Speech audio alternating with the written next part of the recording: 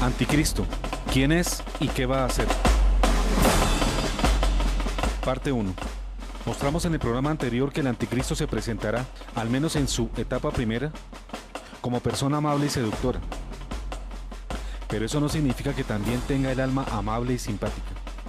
Porque una cosa es su aspecto exterior, como el de los políticos engañadores, y otra muy distinta sus verdaderas intenciones, sus interioridades personales y profundas. Estas últimas, si pudiéramos verlas, son de horror. Nada distantes de la terrible bestia con que lo retratan tanto San Juan en el Apocalipsis como el profeta Daniel. Horror de perversidad, crueldad y monstruosidad. Sin embargo, los incautos que solo se atienden a las apariencias son quienes van a ser fácilmente seducidos por él. Incautos, no tan incautos, porque son quienes han despreciado a Cristo y a su ley, tanto como a su palabra. Y famélicos de espiritualidad y de formación doctrinaria serán fácil pasto de las seducciones y artimañas de este enemigo de Dios, a quien seguirán entusiasmados sin comprender o sin fijarse que tomaron el camino de su propia perdición. También mostramos que el anticristo vendrá a combatir la iglesia, a fundar una falsa iglesia y a simular que él es el verdadero Cristo. Su gobierno será mundial, durará 7 años divididos en 2 periodos iguales de 3 años y medio cada uno. El primer periodo será de conquista y encantamiento de sus seguidores, y por tanto se mostrará como todo buen populista, bondadoso, simpático, generoso y muy amante de la paz y de los pobres. En el segundo periodo mostrará sus garras a sus enemigos, perseguirá sin clemencia a los pocos que hayan permanecido en fidelidad al verdadero Cristo, que constituirán la iglesia remanente. De esa iglesia nos dice Isaías 28:5. Aquel día, el Señor de los ejércitos será una espléndida corona y una diadema de gloria para el remanente de su pueblo. Tanto la aparición como los éxitos del anticristo son el resultado de una situación de previa apostasía en la iglesia, tal como lo dice San Pablo en el capítulo 2 de su segunda epístola a los tesalonicenses. Según esto, la negación de las verdades de la fe y la moral, que comenzó en el siglo XIX, se acentuó en el siglo XX, sobre todo a partir del Concilio Vaticano II, y se generalizó después a nivel de teólogos, pastores y ovejas en la presente centuria, ha producido como consecuencia un clima favorable para el surgimiento del anticristo. Este, que es hijo del diablo, es decir, del padre de la mentira, solo podía emerger en las mentiras contra la fe que han estado sosteniéndose al interior de la misma iglesia, y quien lo creyera, a nivel de su más alta cabeza, como lo estamos viendo con tristeza en este pontificado. A las herejías y la negación de las verdades de la fe al interior de la misma iglesia se han sumado desde fuera las falsas doctrinas de la nueva era. Este falso movimiento espiritual que comprende una gran cantidad de espiritualidades paganas, casi todas inspiradas en el gnosticismo de los primeros siglos de nuestra era, y ahora presentados con los ropajes de la ciencia, la psicología, la parapsicología, etc. Los promotores de la nueva era pretenden convencer al hombre de que es Dios sin necesidad de Dios y en reemplazo de él. La nueva era se expresa en multitud de formas y modalidades, como la meditación trascendental, el reiki, el zen, la cientología, yoga, control mental silva, teosofía, esoterismo, ocultismo, masonería, canalización, chamanismo, dianética, la metafísica de Connie Méndez, etc.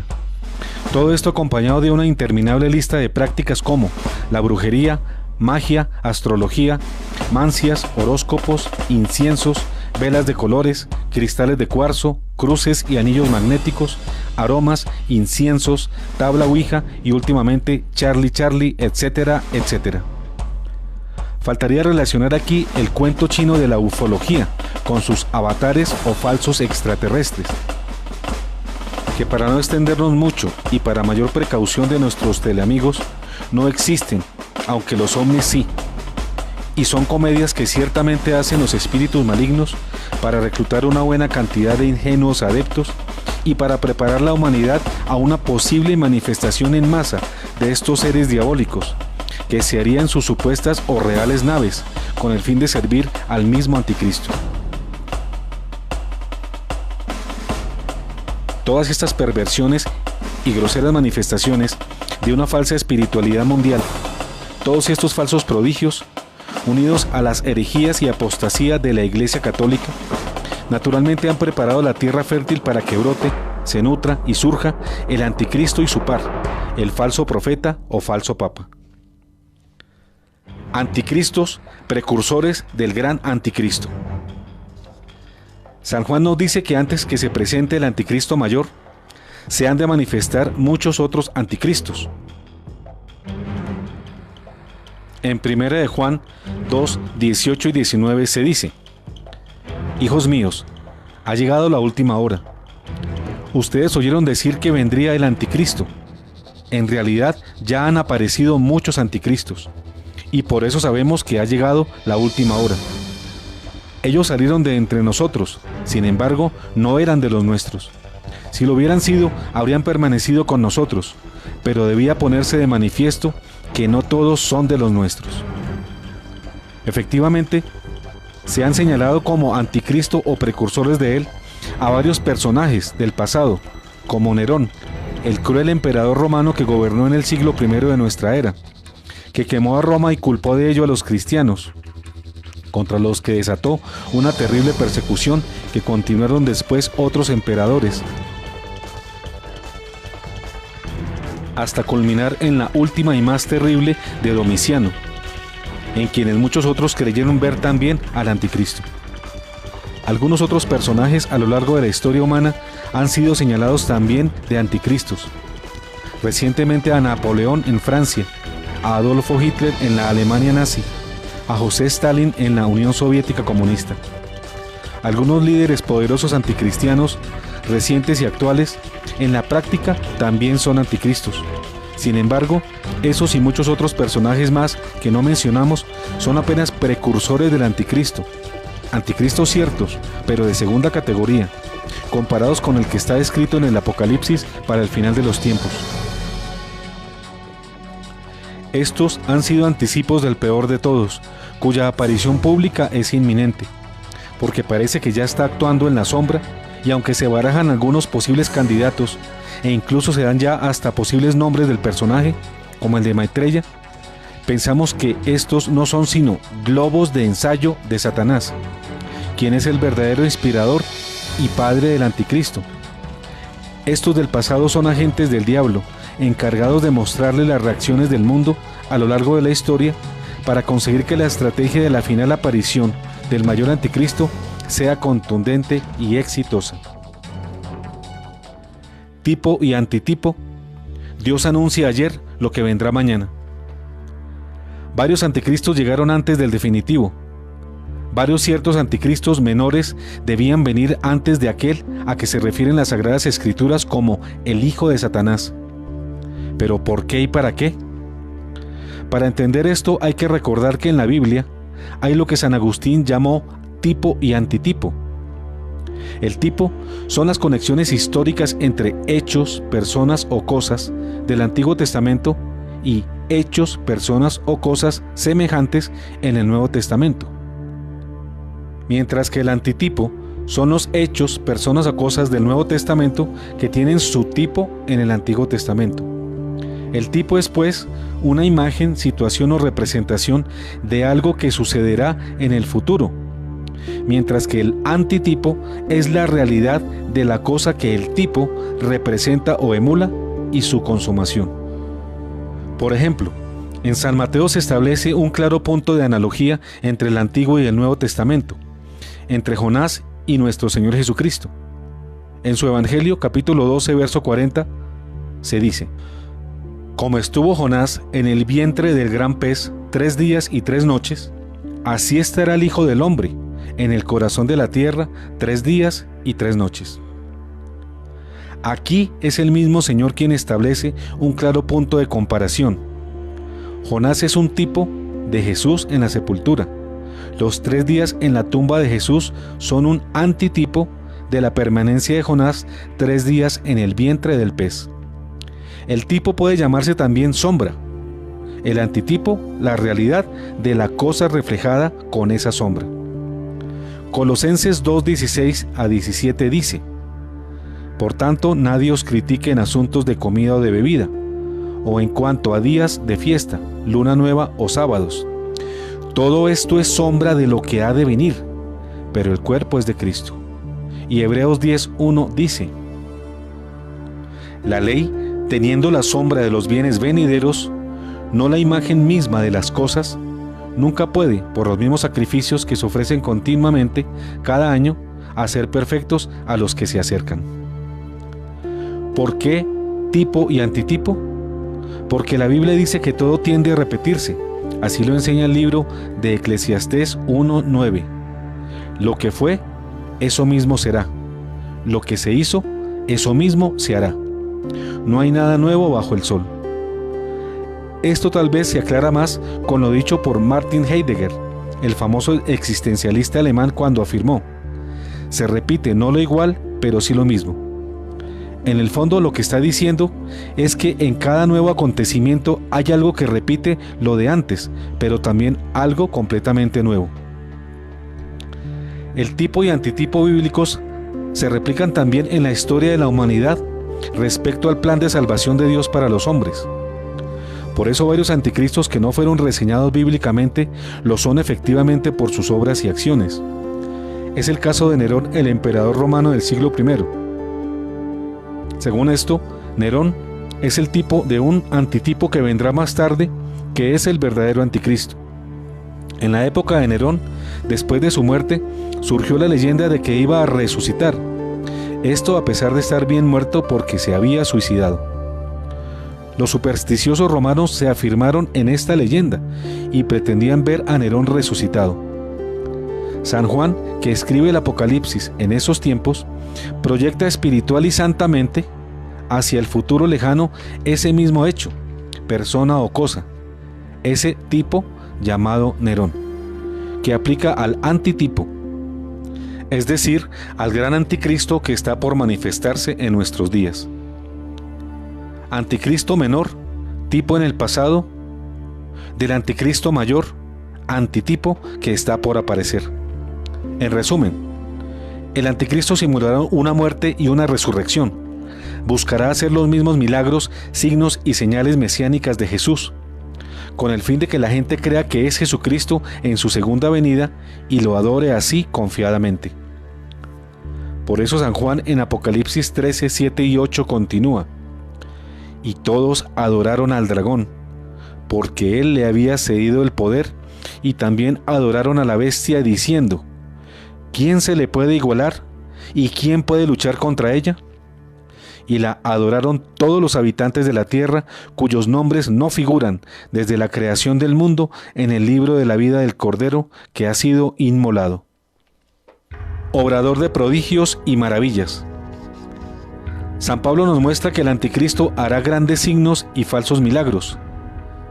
Segunda de Tesalonicenses 2, 9 a 10 nos dice: la venida del impío estará señalada por el influjo de Satanás, con toda clase de milagros, signos, prodigios engañosos, y todo tipo de maldades que seducirán a los que se han de condenar por no haber aceptado el amor de la verdad que los hubiera salvado. Por eso Dios les envía un poder seductor que los hace creer en la mentira, para que sean condenados todos cuantos no creyeron en la verdad y prefirieron la iniquidad. Entendamos la diferencia entre un milagro verdadero y uno falso. El milagro verdadero busca el bien de las personas a las cuales se les hace el milagro, sin esperar compensación alguna por él, y también busca el bien de los testigos que se afirman en su fe viéndolo o que les sirve de inicio para empezar a creer. En cambio, en los falsos milagros, la maravilla que hace el operante se convierte en la glorificación de él mismo, es decir, que acrece y sirve a su propio yo, no a los demás. El que lo hace busca que los demás lo admiren y crean que él es poderoso. Este es el caso de Criss Angel, prestidigitador de Los Ángeles, California, Estados Unidos. Pero en otros casos los prodigios son reales y tienen calidad de anzuelos para que la persona que los recibe se convenza más tarde de las mentiras con que fue engañada en reemplazo de las verdades de Cristo. Es el caso, por ejemplo, de las curaciones que se relataban antes con los famosos médicos invisibles, y últimamente las que se adjudican al espíritu de un médico venezolano llamado José Gregorio Hernández, que habiendo sido muy bueno en vida, ha sido tomado hoy abusivamente por los brujos para engañar. Estas supuestas sanaciones milagrosas posteriormente se convierten en posesiones o en vejaciones demoníacas. De ello dan testimonio muchos sacerdotes exorcistas, ya que quien obra esta curación es el demonio, y no deja de pasar su cuenta de cobro a quien supuestamente curó. Con ello el demonio espera la retribución por el prodigio obrado, ya que Dios fue negado con esta acción de falta de fe en él, y nada gratis hace el maligno. Recuerden que el demonio promete todo, no da nada y quita todo. Ahora bien, el anticristo, de quien venimos hablando, el mayor, el final, hará maravillas iguales y superiores a las de estos obradores de falsos milagros, como los de los magos Criss Angel o Dínamo, a quien ustedes acaban de ver caminar sobre las aguas sin hundirse o levitar, o como las falsas sanaciones de enfermos hechas por demonios. El anticristo, como dijo de Satanás, el gran mono de Dios, buscará también imitar al cielo en todo. Buscará hacer los mismos prodigios en el cielo que actualmente se ven como claros signos divinos. Buscará imitar el prodigio de las imágenes sagradas que lloran o se mueven. Dará falsos mensajes empalagados de amor a falsos videntes y a falsos profetas. El hijo de la mentira de este tiempo podrá realizar todo esto con el poder de su padre Satanás, y apoyado en absurdos engaños, gracias a tecnologías desconocidas aún por la mayoría de los hombres, manipuladas por sus agentes humanos en la tierra. Recuérdese que si Satanás es su padre, todo el infierno estará al servicio de su hijo, el anticristo, y también al servicio del falso profeta. Todo el Averno estará bajo su poder. Es necesario dimensionar esto. Así es que el anticristo obrará falsos milagros y grandes prodigios, en apariencia aún mayores a los realizados por Jesús y sus verdaderos discípulos y profetas. El anticristo, entre sus supuestas maravillas, hará la de simular que ha muerto y ha resucitado, con lo cual pretende probarnos que Él es el Cristo, quien ha vuelto a la tierra, y con base en esto exigirá la adoración a su persona. Apocalipsis nos dice en el capítulo 13, verso 3, una de sus cabezas parecía herida de muerte, pero su llaga mortal ya estaba cicatrizada. Toda la tierra, maravillada, siguió a la bestia. El falso papa, un lacayo del anticristo. Recordemos que el falso profeta o falso papa es el tercer personaje de la trilogía satánica, integrada por Satanás, el anticristo y el falso profeta, quien le hace el juego al anticristo.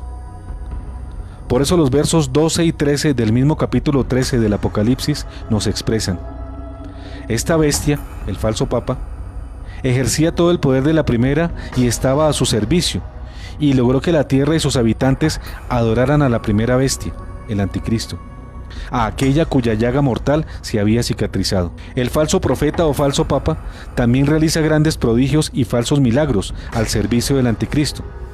Por eso el Apocalipsis 13, 13 a 17 dice: también realizaba grandes prodigios, llegando a hacer descender fuego del cielo sobre la tierra a la vista de todos. Y por los prodigios que realizaba al servicio de la primera bestia, sedujo a los habitantes de la tierra para que fabricaran una imagen en honor de aquella que fue herida por la espada y sobrevivió. También se le permitió dar vida a la imagen de la bestia, para hacerla hablar y dar muerte a todos aquellos que no adoran su imagen. Así consiguió que todos, pequeños y grandes, ricos y pobres, libres y esclavos, se dejaran poner una marca en su mano derecha o sobre su frente, de manera que nadie podía comprar o vender si no llevaba marcado el nombre de la bestia o la cifra que corresponde a su nombre. Y esto es corroborado en San Marcos, capítulo 13, verso 22. porque aparecerán falsos mesías y falsos profetas que harán milagros y prodigios capaces de engañar, si fuera posible, a los mismos elegidos. Muchas personas se preguntarán, ¿por qué el anticristo y el falso profeta pueden obrar milagros? Recuerden nuestros teleamigos que tanto el uno como el otro reciben esos poderes de parte de los demonios. Y estos a su vez tienen esos poderes porque el Señor, al crearlos, se los dio. Y a pesar de que su pecado les hizo perder la vida feliz y bienaventurada, no fue así con su inteligencia ni con los poderes con los que Dios los creó, mismos que les quedaron intactos, pero desde entonces usados por ellos no para el bien, sino para el mal propio y el de las demás criaturas. Dios no acostumbra a quitar los dones que corresponde a la naturaleza de los seres que ha creado. Por ejemplo, la inteligencia y el poder de hacer ciertas cosas. Aquí se manifiesta más bien la grandeza de Dios, porque a sus enemigos no les retira los poderes otorgados y a pesar de ellos los vence con su omnipotente poder. Efectivamente, el anticristo será servido, ayudado y sostenido por el falso profeta del Apocalipsis 13:12. Esta bestia ejercía todo el poder de la primera y estaba a su servicio, y logró que la tierra y sus habitantes adoraran a la primera bestia, y aquella cuya llaga mortal se había cicatrizado. Fin, parte 1. Estás viendo Un Café con Galat.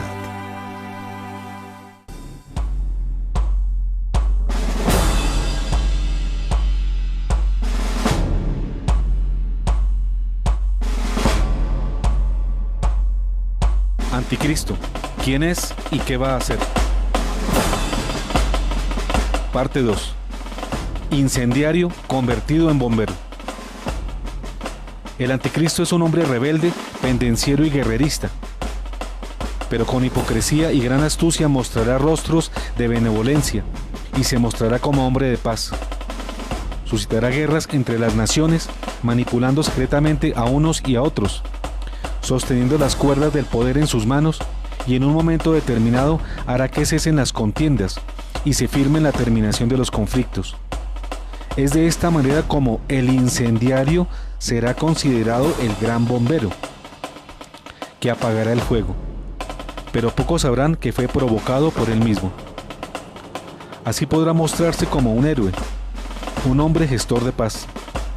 El perfecto hipócrita luego provocará la que será la Tercera Guerra Mundial, que tendrá como final la caída de un asteroide o cometa sobre la Tierra, según Apocalipsis 8:10.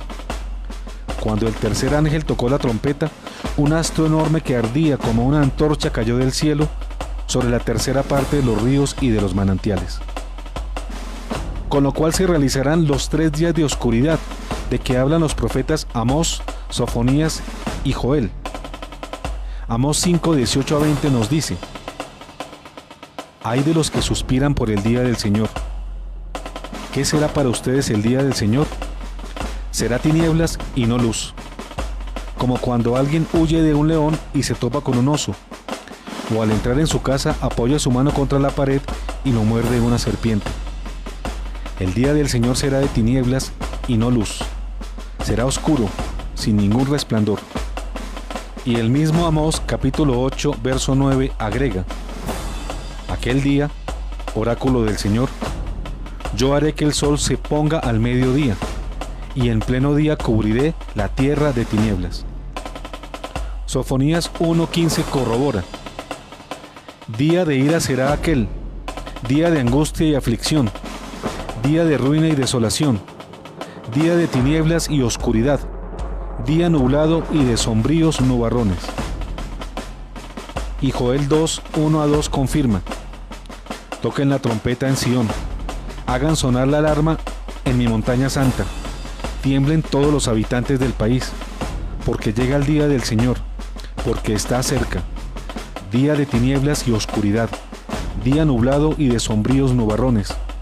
Como la aurora que se extiende sobre las montañas, avanza un pueblo numeroso y fuerte, como no los hubo jamás, ni lo habrá después de él, hasta en las generaciones más lejanas.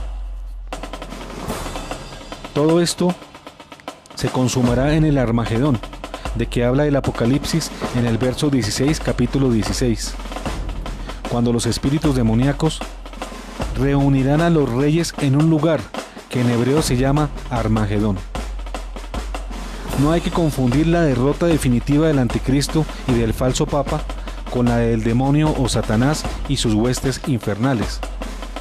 La derrota del anticristo y el falso papa está escrita en Apocalipsis 19:20 a 21 así: pero la bestia fue capturada junto con el falso profeta, aquel que realizaba prodigios delante de la otra bestia, y así logró seducir a los que llevaban la marca de la bestia y adoraban su imagen. Y ambos fueron arrojados vivos al estanque de azufre ardiente. Todos los demás fueron exterminados por la espada que salía de la boca del jinete, y las aves se saciaron con sus despojos. Estos dos seres humanos, los dos grandes traidores de Dios, no tienen ya ninguna otra oportunidad de actuar, y su encarcelamiento en el infierno significa el final del fin de los últimos tiempos, mas no el fin del mundo. En cambio, cuando finalice el mundo, será definitivamente derrotado Satanás. Pero la acción de este maligno ser angélico y de sus huestes, dijérase, han estado suspendidas durante el milenio, según lo describe Apocalipsis 20, 1 a 3. Luego vi que un ángel descendía del cielo, llevando en su mano la llave del abismo y una enorme cadena. Él capturó al dragón, la antigua serpiente, que es el diablo o Satanás, y lo encadenó por 1000 años, lo arrojó al abismo, lo cerró con llave y lo selló, para que el dragón no pudiera seducir a los pueblos paganos hasta que se cumplieran los 1000 años. Transcurridos esos 1000 años, será soltado por un breve tiempo. Finalmente, los tres enemigos de Dios, estos tres nefastos personajes, la malditísima Trinidad, es decir, el anticristo, el falso papa y Satanás, estarán eterna y definitivamente confinados al infierno, según se recuerda en Apocalipsis 20:10. El diablo, que los había seducido, será arrojado al estanque de azufre ardiente, donde están también la bestia y el falso profeta. Allí serán torturados día y noche por los siglos de los siglos. ¿Qué va a hacer el anticristo? Fundamentalmente, el anticristo establecerá un gobierno mundial que él mismo liderará en persona. Será un régimen totalitario y global, cual no se ha visto jamás. Peor que los regímenes de todos los anteriores anticristos. Peor que el de Hitler y Stalin juntos. Pero para sus partidarios no será un sistema opresivo ni perverso, en principio. Todo lo contrario, para ellos se dará el colmo de su felicidad, porque realizará sus sueños de apostasía y de cambio a la lealtad a Cristo por la lealtad a la falsificación creada por el anticristo. Es decir, será una dicha de esclavos que aman su esclavitud, una falsa paz que aplaude el yugo de su esclavizador por él magistralmente impuesto. En cambio, sus detractores y enemigos se verán horriblemente perseguidos por el sin ley, que hará de ellos todo lo que le dé la gana. Lo dice así el Apocalipsis 13, 6 a 7. Ella, la bestia, abrió la boca para maldecir a Dios y blasfemar contra su nombre y su santuario, y contra los habitantes del cielo. También le fue permitido combatir contra los santos hasta vencerlos, y se le dio poder sobre toda familia, pueblo, lengua y nación. También Daniel, en el capítulo 7, versos 19 a 21, describe el trato cruel del tirano y la derrota de sus enemigos así: entonces quise saber la verdad acerca del cuarto animal, que era diferente de todos los demás, extremadamente horrible, y que tenía dientes de hierro y garras de bronce, el que devoraba, trituraba y pisoteaba el resto con las patas, y también acerca de los 10 cuernos de su cabeza, y del otro cuerno que se había elevado y ante el cual habían caído 3, es decir, el cuerno que tenía ojos y una boca que hablaba con insolencia, y que parecía más grande que los otros. Yo miraba, y este cuerno hacía la guerra a los santos del Altísimo, y prevalecía sobre ellos. La tarea principal del anticristo será la de buscar destruir la obra de Dios y erigirse como Dios, por medio de la consumación de la instauración de un nuevo orden mundial creado por Satanás, en reemplazo del orden existente. Un nuevo orden humano diseñado por el Averno, donde no exista rastro alguno de Dios, de su evangelio, de sus leyes, de su amor y misericordia. Un mundo en apariencia secular y laico, donde al final se llegará a la adoración del diablo en cambio de la adoración a Dios. Nuevo orden mundial planetario que es el sueño cumplido del modernismo, del paganismo y de todos los ismos enemigos del cristianismo, que consiguió así desterrar del todo a Dios de la vida de los hombres. Este nuevo orden mundial, inspirado por los más altos ideales masones, por el comunismo o neocomunismo y por la nueva era, establecerá el humanitarismo como reemplazo del cristianismo, es decir, impondrá la adoración del hombre por el hombre a cambio de la adoración a Dios, cambiando el amor al hombre inspirado por Dios y subordinado a él por un humanitarismo ramplón. Por tanto, la novedad consistirá no en que nos amemos los unos a los otros para hacer feliz a Dios, sino para intentar obtener una felicidad independiente de Él, como si esta utopía fuese posible. En este nuevo orden y nuevo gobierno del anticristo, el hombre supuestamente podrá ser bueno, justo y feliz sin necesidad de Dios, sino para intentar conseguir una felicidad independiente de Él, como si esta utopía fuese posible. En este nuevo orden y nuevo gobierno del anticristo, el hombre supuestamente podrá ser bueno, justo y feliz sin necesidad de Dios. Otra cosa es lo que va a decirnos la realidad. No es sino recordar la famosa frase del escritor ruso Fyodor Dostoyevsky: si Dios no existe, todo está permitido. Por eso en su gobierno se verá la más espantosa y generalizada corrupción que jamás se ha visto. Las costumbres de las personas alcanzarán las cumbres más altas de la maldad. Segunda de Timoteo 3, 1-5 describe este momento así: quiero que sepas que en los últimos tiempos sobrevendrán momentos difíciles, porque los hombres serán egoístas, amigos del dinero, jactanciosos, soberbios, difamadores, rebeldes con sus padres, desagradecidos, impíos, incapaces de amar, implacables, calumniadores, desenfrenados, crueles, enemigos del bien, traidores, aventureros, obcecados, más amantes de los placeres que de Dios, y aunque harán ostentación de piedad, carecerán realmente de ella. Apártate de esa gente. En el régimen del anticristo, la perversión del mundo y del clero alcanzará su más alto pico. Lo mismo el aborto de los vientres maternos y la persecución implacable de todos los que se oponen a este nuevo sistema corrupto y corruptor. En una palabra, el mundo alcanzará la megacumbre de la inmoralidad. Ya lo estamos viendo. También en el aspecto económico y político habrán cambios.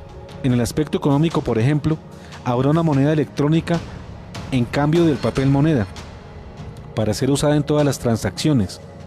Moneda que no puede ser utilizada sino por las personas que se han dejado poner la marca de la bestia, es decir, el microchip en la mano o en la frente. Apocalipsis 13, 16 y 17 así lo reseña. Así consiguió que todos, pequeños y grandes, ricos y pobres, libres y esclavos, se dejaran poner una marca en su mano derecha o sobre su frente, de manera que nadie podía comprar o vender si no llevaba marcado el nombre de la bestia o la cifra que corresponde a su nombre. En la época en que San Juan escribió el Apocalipsis, era imposible saber lo que hoy día ya tenemos instalado a nivel mundial: el sistema electrónico a nivel del mundo entero. El microchip es una realidad muy conocida, pero que San Juan hubiera hablado de esa realidad sin la palabra con la que hoy lo conocemos es una demostración más de auténtica profecía. En el orden político, para su administración, el anticristo dividirá al mundo en 10 reinos, o 10 serán los poderosos reinos sobre los que sustente su poder, según la descripción hecha en Apocalipsis capítulo 13, verso 1, que habla de la bestia del mar que tenía 10 cuernos. Entonces vi que emergía del mar una bestia con 7 cabezas y 10 cuernos. En cada cuerno tenía una diadema y sobre sus cabezas había leyendas con nombres blasfemos. Tanto cuernos como diademas en la Biblia significan poder político. El texto habla también de títulos blasfemos. Estos significan que los reyes que gobiernan con el anticristo han abjurado de la religión verdadera y rechazan arrogantemente al Señor Jesucristo, dueño de la historia del universo, y rechazan también a su iglesia. Ahora que mencionamos la iglesia de Cristo, veamos lo que el anticristo hará con ella. Con la falsa iglesia, presidida y gobernada por el falso profeta, que es el falso papa, el anticristo se sentirá a gusto porque con ella tiene pacto de alianza y solidaridad. Ya dijimos antes que el falso papa es un poderoso lacayo que estará al servicio de Satanás y del anticristo. En cambio, la iglesia auténtica, es decir, la remanente, el resto de creyentes que permanecen fieles a Cristo, que no serán mayoría, sino por el contrario, una minoría de selectos que han elegido la fidelidad al Señor como emblema de su vida, sufrirán todo tipo de persecuciones. En el capítulo 12 del Apocalipsis está descrita esta iglesia fiel, y dice de ella Juan que se aglutinará en torno a la Virgen Santísima, María, la Madre de Dios, y que ha huido al desierto, simbólicamente representado en las neocatacumbas, que ahora por desgracia no son físicas, como las de la vieja Roma pagana, donde se refugiaron los primeros cristianos perseguidos por los emperadores. Serán catacumbas espirituales. Por ello la iglesia fiel ahora debe salir de la iglesia falsa, debe huir de ella y de todo sistema corrupto y corruptor para no ser culpable y cómplice de este pecado. Así se advierte en Apocalipsis 18:4. Luego oí otra voz que decía desde el cielo: salgan de ella, pueblo mío, no sea que se hagan cómplices de sus pecados y los alcancen sus plagas. Se trata pues de una salida no física, porque geográficamente el anticristo dominará al mundo entero. Es una salida simbólica que consiste en no contaminarse con el pecado, ni con el modernismo, ni con la idolatría, ni con la apostasía, ni con las herejías. Esto es, con todo lo que habrán impuesto como moda el falso profeta y el anticristo, el que retiene la manifestación del anticristo. La pregunta clave de cuándo comienza a actuar el anticristo depende, de acuerdo con la Biblia, de un misterioso personaje que detiene su aparición. Segunda de Tesalonicenses 2, 6-8 enseña: ya saben qué es lo que ahora lo retiene, para que no se manifieste sino a su debido tiempo. Se trata del catejón, voz griega que traduce el que retiene, por ser quien impide con su presencia la aparición del anticristo. El misterio de la iniquidad ya está actuando. Solo falta que desaparezca el que lo retiene y entonces se manifestará el impío, a quien el Señor Jesús destruirá con el aliento de su boca y aniquilará con el resplandor de su venida. Según la mayor parte de los intérpretes, el catejón, quien retiene la manifestación del anticristo, es un papa, un verdadero vicario de Cristo actuante en el final. Ahora bien, ¿se trata de un papa auténtico o de un falso papa? Se trata obviamente de un papa auténtico, pues solo un papa verdadero tiene el poder recibido de lo alto para impedir, como auténtico representante de Cristo, la aparición del enemigo de Dios. En la situación actual en que hay dos papas vivos, es pertinente aclarar cuál podría ser quien detenga la aparición del anomos, del sin ley, del anticristo. Recordemos que la renuncia de Benedicto XVI está rodeada de gran oscuridad. Antecedentes a no olvidar jamás son las declaraciones de rebelión contra el Papa Benedicto XVI firmadas por varios grupos de sacerdotes centroeuropeos. Los indignantes gestos de rechazo y anarquía mostrados por los cardenales alemanes en visita a Alemania, cuando delante de las cámaras y sin ningún respeto negaron su saludo a Benedicto XVI, el vicario de Cristo. pero especialmente las declaraciones escandalosas y terribles del cardenal belga Gottfried Daniels, quien el año pasado, en mitad del sínodo de obispos sobre la familia en Roma, buscando influir en él y con ocasión de la publicación de su última biografía, en un acto de insólita arrogancia y egolatría, al ser entrevistado por la televisión belga sobre el libro, reconoció y confesó públicamente comandar un grupo de cardenales a quienes llamó descaradamente mafia de cardenales, que trabajó durante varios años desde la abadía de San Galo, Suiza, para presionar y conseguir, primero, que el cardenal Ratzinger no fuese elegido papa en reemplazo de Juan Pablo II. Al no conseguir esto, la mafia, por él comandada, conspiró en unidad con la Iglesia rebelde centroeuropea y su grupo de cardenales para obligar a Benedicto XVI a que firmase su renuncia, cosa que al parecer consiguieron. Y finalmente, no obstante estar excomulgados por el hecho de haber actuado así en contra de Benedicto XVI, de forma anticanónica participaron en el cónclave que eligió al cardenal Bergoglio como papa y sucesor de Benedicto XVI. Conste así que fue elegido por algunos cardenales que estaban impedidos canónicamente por la excomunión late sentencia que pesaba sobre ellos. Estas incalificables declaraciones no tuvieron repercusión alguna, ni fueron reproducidas por ningún medio de comunicación importante del mundo. Tampoco tuvieron las consecuencias canónicas claramente establecidas que debieron tener en el Vaticano. Pero están ahí como prueba cierta de un complot en contra de Benedicto y de la Iglesia Católica, adelantado por algunos de sus miembros de más alto rango. Recomendamos a nuestros teleamigos volver a ver el programa Un Café con Galat llamado Mafia de Cardenales Conspiradores, emitido el 7 de octubre del 2015, que puede ser buscado en YouTube bajo el nombre Mafia de Cardenales Conspiradores, Un Café con Galat. De groep van St. Gallen, dat is een soort naam die deftig is. Maar eigenlijk zeiden wij van onszelf en van die groep de maffia, die groep de maffia, die groep de maffia.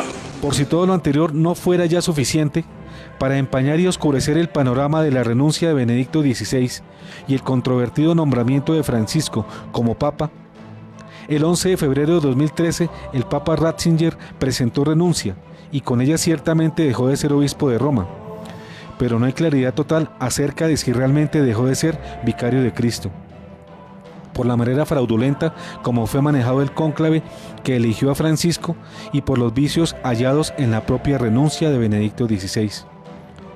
Así lo dejan ver claramente las declaraciones de algunos expertos como el italiano Antonio Socci en su libro Non è Francesco y el teólogo y periodista mexicano Alberto Villasana Mungia en su artículo titulado «Fue inválida la renuncia de Benedicto XVI. Se acerca el cisma de la Iglesia», publicado en su página web www.ultimostiempos.org. Sobre los argumentos de estos importantes escritores nos extenderemos en posteriores programas.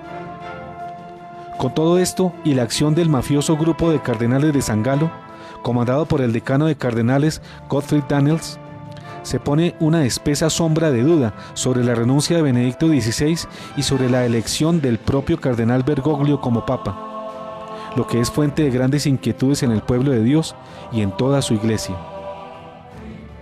Varias incertidumbres hay en torno a esta excepcional situación, donde hay dos papas en la iglesia, pero lo cierto es que aún el Catejón impide la aparición pública del anticristo, y está aún por verse su desaparición, para permitir así el emerger del hijo de Satanás o anticristo, quien se presentará como el Mesías judío, el 12º imán Mahdi musulmán, el Maitreya Buda, el Krishna hindú y el Cristo cristiano.